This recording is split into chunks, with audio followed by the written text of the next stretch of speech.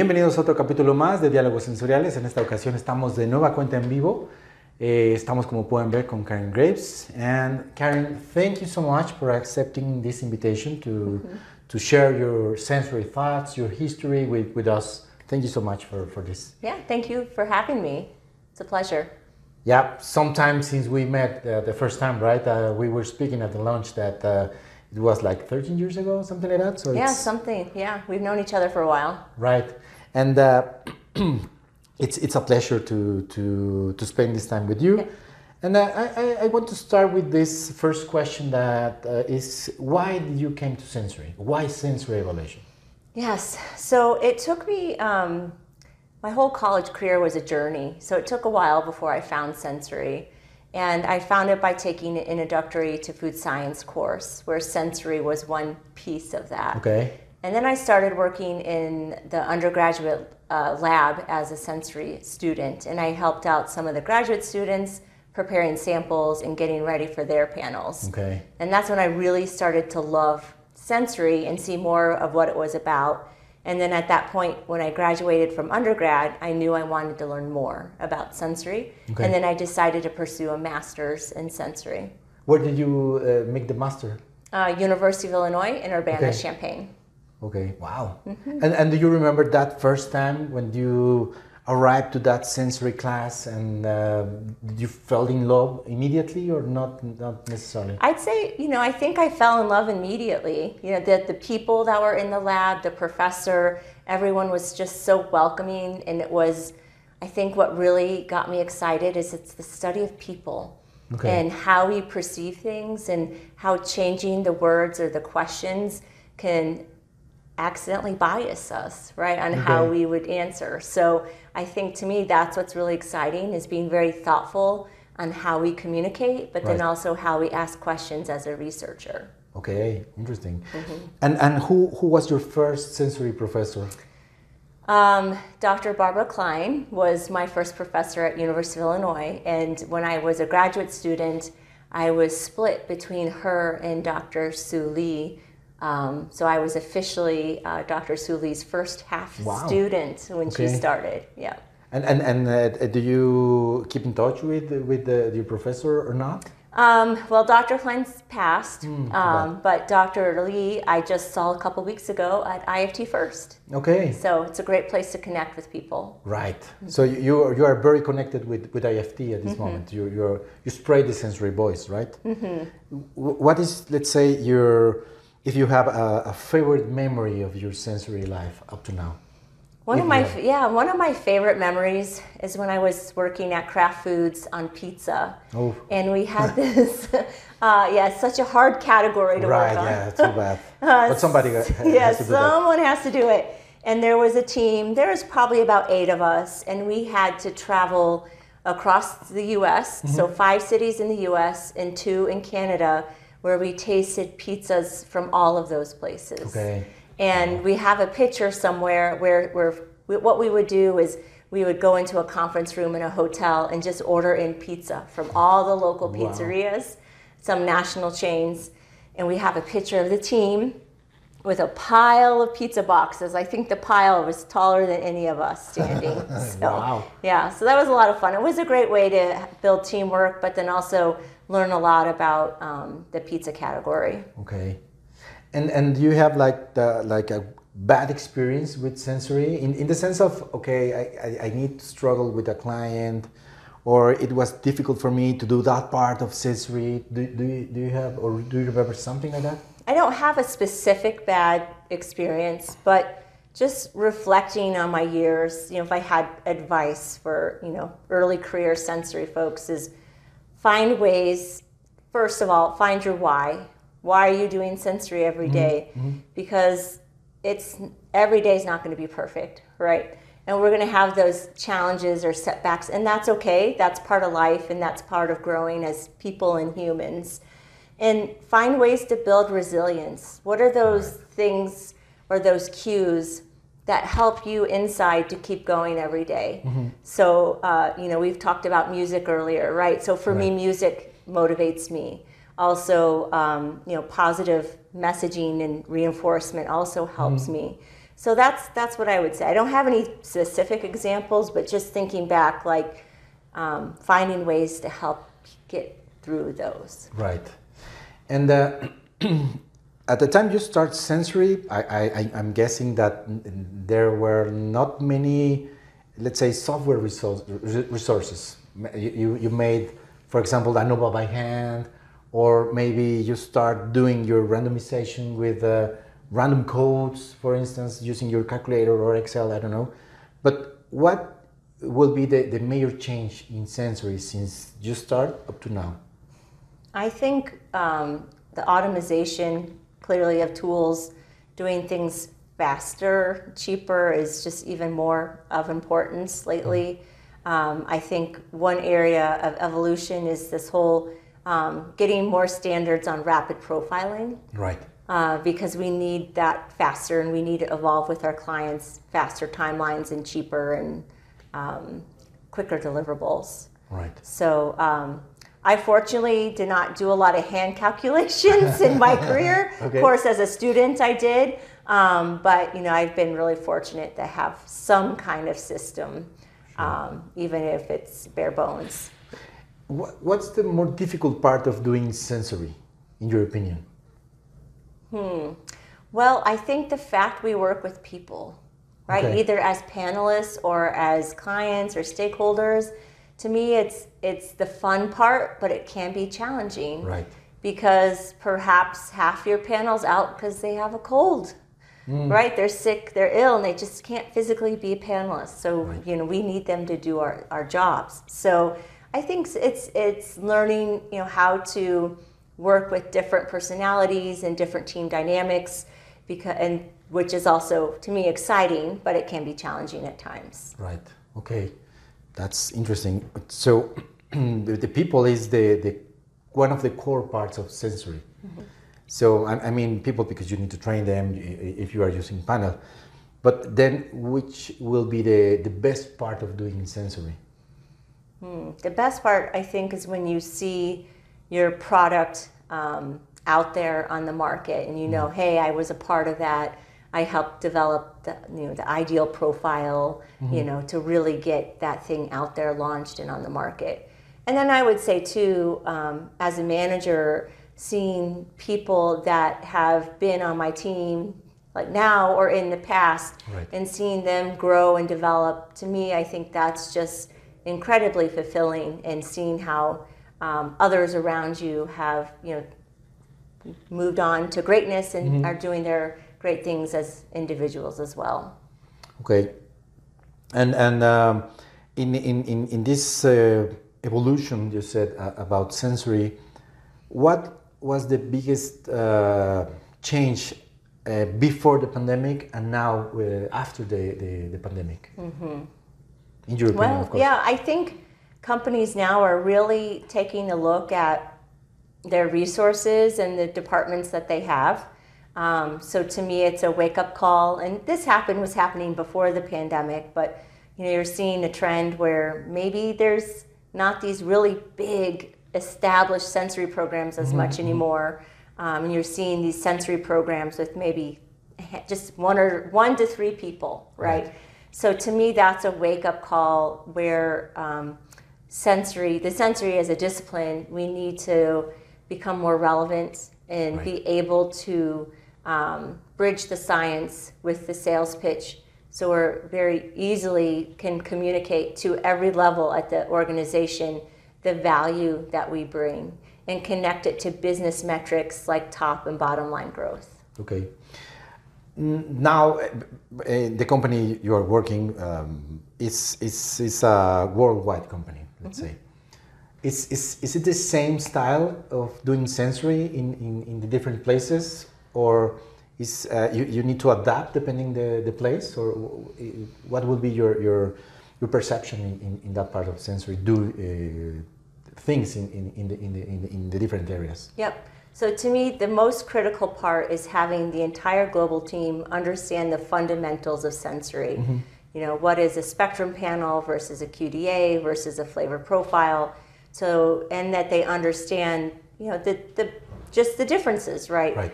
And so that when they're making a choice to do whatever approach that they do, that they understand why. And in the event that they need to take any trade-offs, that they understand the risks associated with those trade-offs and can communicate them to the teams. So I do think that we do have standards from a global company perspective, but there will be at times where if the project needs to, right, the scientist needs to be empowered to make a call on the spot. But they need to understand those fundamentals, right, yes. so they can understand what they're trading off. In your opinion, what about the gap, if there is a gap between the academia and the companies? Is it close? They work closely, or they are like two separate places? What is that case in the US? mean, I think, and again, my exposure is through the IFT, Sensory and Consumer Sciences Division. There's certainly academia representative on that leadership team, as well as student volunteers. And, academia serves a purpose to, train, our professionals and create the future. I think there's, an alarming, with regards to decreased enrollment rate, just in general, I think, across food science. So that's a little concerning. But then also helping prepare, when I talk to students, I tell them, encourage them to take classes outside of food science and outside of science. Take a communication class, take a psychology class, because sensory is that multidisciplinary field. So go out of your comfort zone and try something. Take a persuasion class, take a speech class, take a class with MBAs, I don't know, right? Like to get you that exposure in someone else's perspective that you're ultimately going to be working with. Okay. So, I would like to see more cross-disciplinary approach, and ultimately get to a point where sensory becomes its own degree, like some of the other countries have. I think in Europe. Yes. Okay. Well, this is normal, but sensory start mainly sensory starts at Davis in the U.S. So how easy is now to exchange information among the different responses or people who is doing sensory? I know that there is a cultural difference because maybe time zones or whatever. But how easy is to establish those references? You mean for training? For training, yes. Yeah, I think that's certainly something that will certainly vary site by site, right, and country by country, because sometimes especially if you're using in-market product, that can certainly vary. That experience could vary from country to country. If you're using an aroma material. Okay. Right, making sure that that's sourced from the same place and sent out to your different locations. So there's also other, like basic taste, you can do taste strips. So there's different ways, but I think each location has to tailor to what best fits to them. Okay. Maybe at the very beginning you were working or dealing with statistics. How easy is now to deal with the statistics for your team? I mean, I remember the time that imagining or trying to do a PCA was like craziness. And now it's kind of easy because you just make 3 or 4 clicks and you have a nice PCA. How easy is for you to have people that can communicate that graph, for instance? Well, I think it first starts with knowing the fundamentals, right? Anyone can go into a program and click a few buttons and create a chart, right? But it's knowing the fundamentals of what makes a good PCA. So teaching that in the universities, reinforcing that in industry, because once they know the fundamentals, then you can explain it, right? And it's not about justifying it, but it's explaining, again, bridging the science and the stats with the business need. So to me, that's where it starts. Fundamentals, and practice makes perfect. And the more people talk about it and different kinds of people that you talk about it to helps refine and hone in that way of communication to your cross-functional counterparts. And how you might talk about it with somebody in your sensory team is going to be very different than you talk about it with a product developer versus an executive level VP. Right. So having those safe spaces where people can practice that kind of conversation. And it doesn't have to be PCA, it could be alpha beta risk, right? And mean table. Yeah, it's that ANOVA 2 keys, right? So yeah, I would just say practice with different people in the organization, understanding the fundamentals. Right. So let's leave this. Sensory is not just trying samples.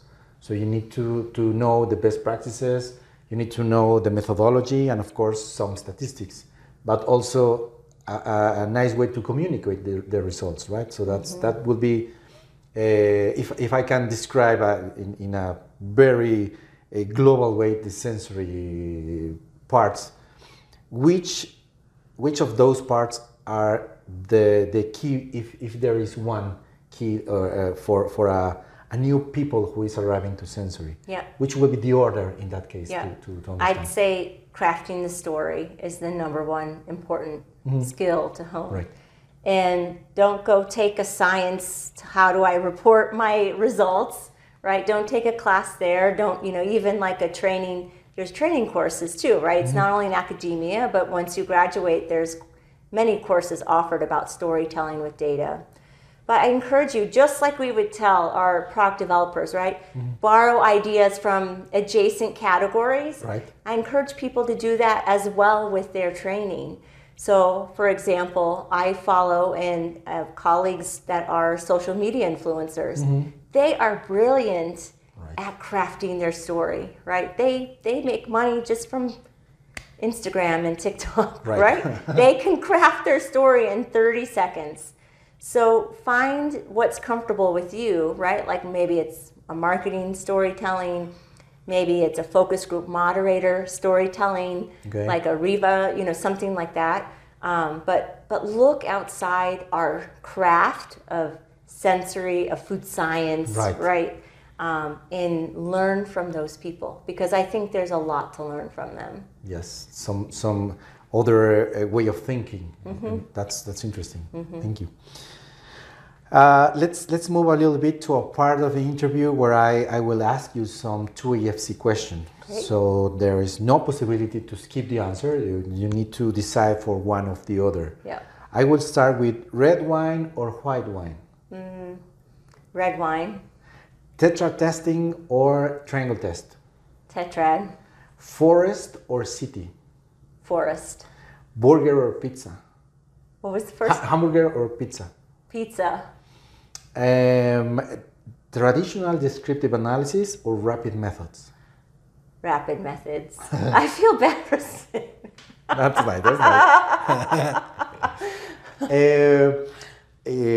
Parametric testing in this statistical analysis or non-parametric. That's a tough one. I go for parametric. And what about analytical testing or consumer testing? Consumer testing. It all comes down to what consumers want. Okay. So. Thank you for your answers. Yeah. And let's go back to the final part of the interview. Let's say that you need to put an advertisement for requiring a sensory people. Which will be the basic tools they need to have if they want to start sensory? What will be those? As a sensory career. So someone coming out of school, yes, I would say needs basic fundamental understanding of statistics, even if it's univariate only, that's fine, right? Fundamental of taste, of human physiology, right? How we taste, smell, perceive the five senses. Right. And then also psychophysics, psychology, behavior science, right? I think those are all kind of interconnected, but a basic understanding. But then also ability to just talk about themselves and relate to others and communicate an idea. They don't have to tell a story yet, right? Yes. They're entry level, but being able to get their idea across in a very succinct way. Okay. And what will be a nice references or reference to start doing sensory? Let's say for a new person or somebody who wants to work in deep into sensory. Which will be your suggestion for the reading? For like a reference? Like, oh, you mean reading? Oh, golly, I have so many books. Let's see. There's a really good textbook by Lauren Rogers with discrimination testing. I'd start there. Of course, like the traditional Mile Guard, Lawless, Right. textbooks that they're probably already reading in school. I also would recommend books like, I think it's called Tell Me More About That. And it's about talking with people. Yes. And I think it's more in the lens of with consumers, which is important, but also with other people and communicating with other teams. And another book that's personally resonated with me is, I think it's Good Leaders Ask Great Questions. Okay. To me, a lot of what we do is we listen and we ask for clarity.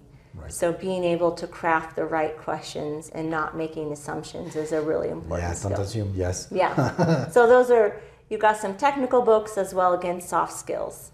Okay. Well, now you are, as I mentioned, you are well involved into the AFT, Sensory and Consumer Science Division. So why should I go to that meeting? If you can share a little bit about that, or those meetings. Yep. So the IFT First, that's the annual that's the name now of the annual conference for IFT. And they're crafting, I think they're called multidisciplinary technical sessions, where they have a panel of speakers that talks about whatever topic at hand. Okay. And I believe the one that I was a co-host for this a couple weeks ago was about making mistakes. Okay. And how can we help non-sensory people not make mistakes, right?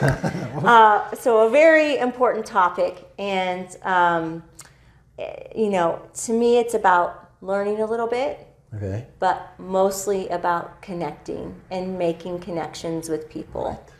Finding those people, you haven't talked to maybe since last IFT or last SSP, and reforming those connections and talking about what are you struggling with, right? Like, how can we help each other, and kind of reestablishing those networks. To me, that's the number one benefit of IFT is the networking and the professional development with that regard.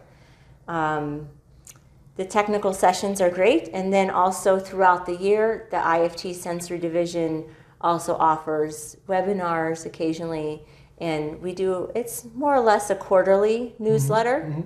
And then also for the IFT members who are part of the Sensory Division, we send out monthly updates on the new published journal articles. Okay. So for me, it's a very efficient way to stay up to date on the most recent research that's been published. Right. So it just takes you, it's a nice document summary. Here's all the newly published journals. Click on the link, and it takes me right to the article. It might not be fully, can't read it, maybe all of it, but you can at least understand the abstract. Right. It's a starting point, let's say. Okay. I'm new at the IFT. How easy is to come to you, for instance, and what is the best way for a student, for a new person to come close to the sensory people? Is because I remembered my first IFT, I was like very nervous, but how can I approach to the sensory people? If you have an idea or a suggestion, because it's difficult. Well, honestly. it is difficult, and my suggestion is just walk up and smile and introduce yourself. Okay. And if someone's uncomfortable with that, then certainly they can reach out on LinkedIn. The Sensory Division has a very active LinkedIn page with lots of posts. I just saw some people commenting, hey, I want to volunteer, right? Okay. So, I mean, that of course can be another way. But you know, if you see somebody, just say, hey, and it happened. And I think that's so wonderful. You know, that's the sensory community is such a special place. Right. And we're all such a great group full of passion and expertise. And we're not scary, but it can be scary. Right. So just come up and introduce yourself. Personally, I love meeting new people and talking. And so, you know, if you see me around, just say hello. Yo. Okay, nice. My final question will be, what if you have a time machine and you can go directly before you entered your first sensory class, before you fell in love for that sensory activity? What would you say to Karen at that time? Ooh, wow, that's a really good question. Just keep on trucking. It's a good decision. Yeah, right. Well, and I said this to you know, what you see is what you get, and this is how I've been my, you know, entire life. Just very, you know, it took me a while to find sensory, right? And I think maybe what I would tell myself is just you found your place, right? But just you gotta just, there's days you just gotta keep on going, right? And that's fine. And that's why we love what we do, and you know, and it's really exciting to share that passion with others. Right. Yes. So. Good. Yeah. Well, time flies, and it's time to finish the interview. Thank you so much for accepting this talk. Anything else you want to announce, to say to our audience?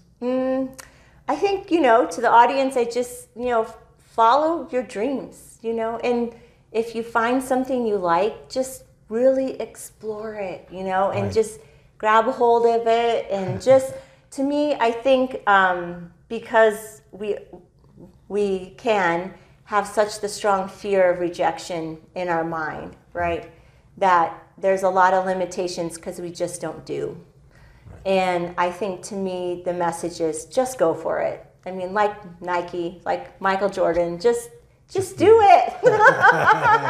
Yes. Right? And sometimes that's the hardest part. But if you don't do it and just don't make a go for it, you're not going to learn. Yes. Right? And you're not going to know what that experience is.